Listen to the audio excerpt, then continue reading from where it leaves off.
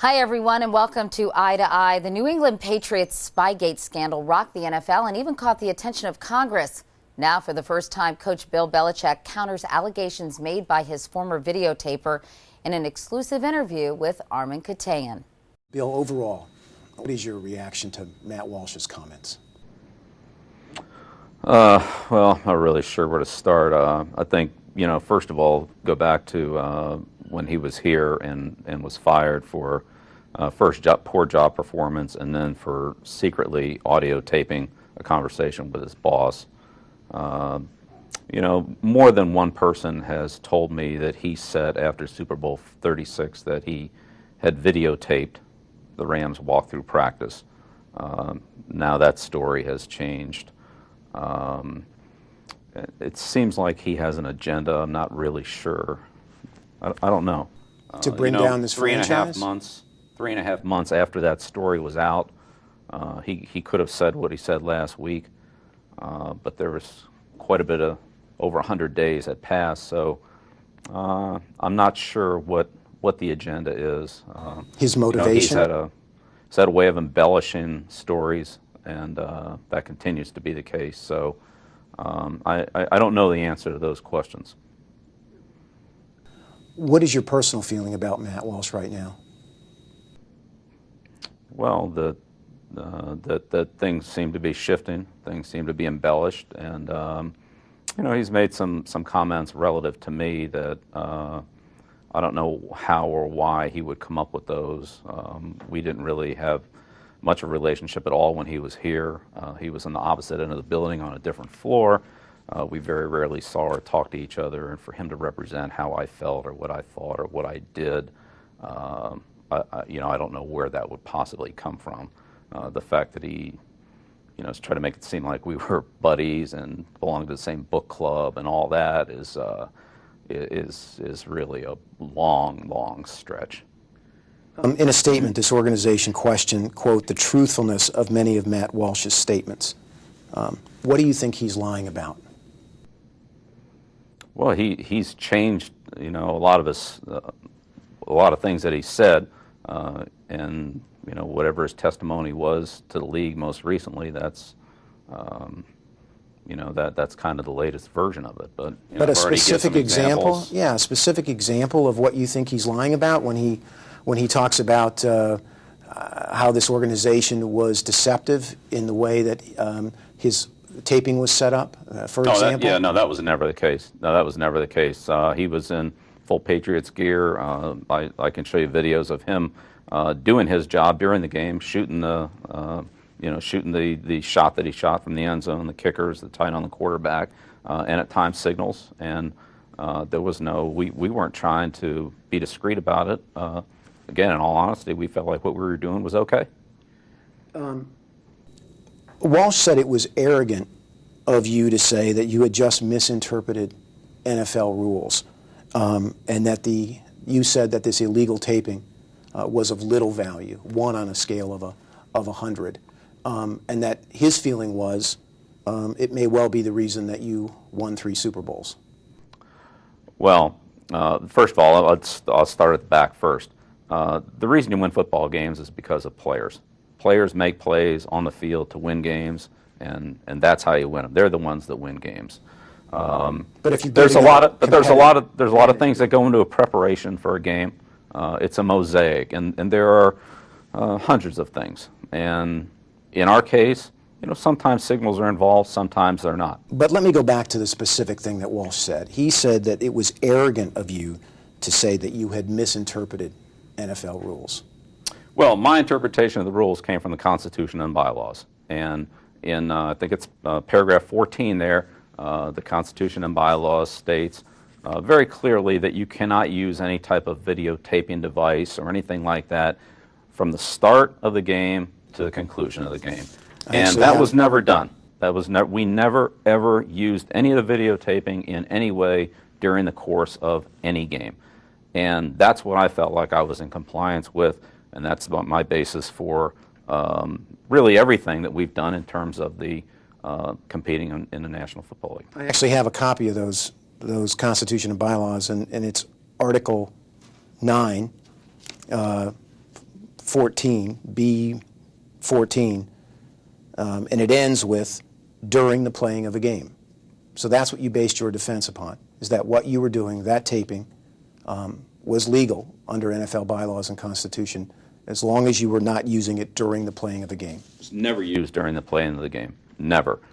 Now, subsequently, there was a memo that Ray Anderson sent out at the beginning of the 2006 season, and that was an error on my part. I take full accountability for that. At that point, we should have really gone. I feel like I should have gone to the league. I made a mistake. I should have gone to the league and said, "Look, are we okay doing this, even though we're not using it within the game?"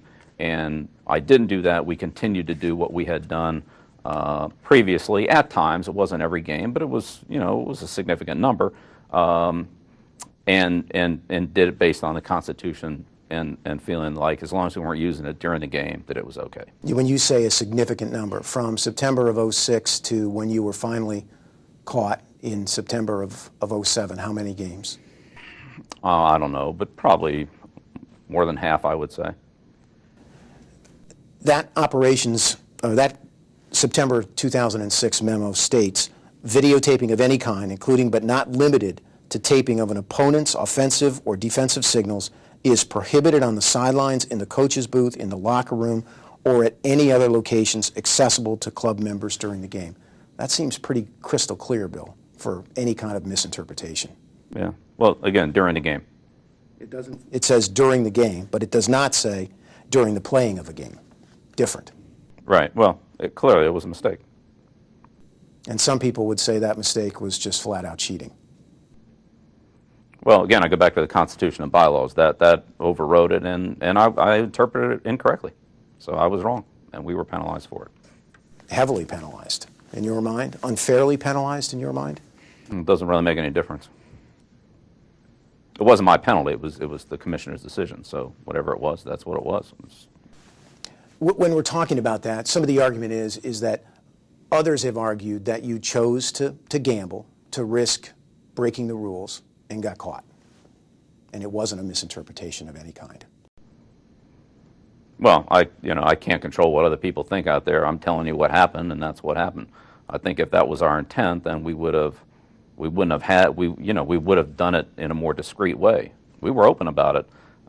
We had instances where opposing coaches actually turned and waved to the camera. They saw it. There were other teams that we felt like were doing it. Again, look, in a preparation for a game, the signals that a coach gives out there, everybody can see. And we've had coaches in the stand or in the press box take notes of those signals. We videotaped them. It wasn't anything that wasn't visible or wasn't available.